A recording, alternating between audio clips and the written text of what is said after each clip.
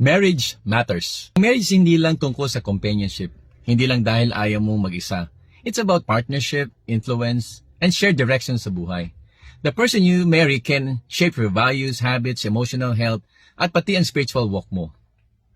Sabi nga ng scripture 2 Corinthians 6:14, do not be unequally yoked with unbelievers. Ibig sabihin mahalaga ang alignment in faith and purpose. Dahil ang mapapangasawa mo will either help you grow and thrive or slowly pull you down. Here are some important angles to reflect on. 1. Spiritual impact.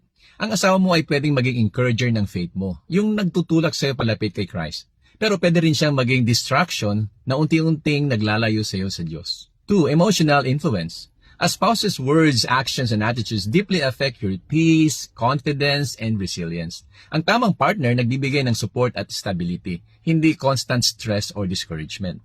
3. Life direction. Major decisions, career, family, ministry, finances are not solo decisions anymore. Kapag shared ang vision ninyo, mas magiging clear at peaceful ang journey. 4. Legacy. Ang mapapangasawa mo ay tutulong mag-create ng atmosphere ng home ninyo. Kung anong values ang dala niya, yun din ang maipapasa sa next generation. Remember, marriage is not about finding a perfect person. It's about choosing someone whose character, faith, and life direction align with God's calling for you.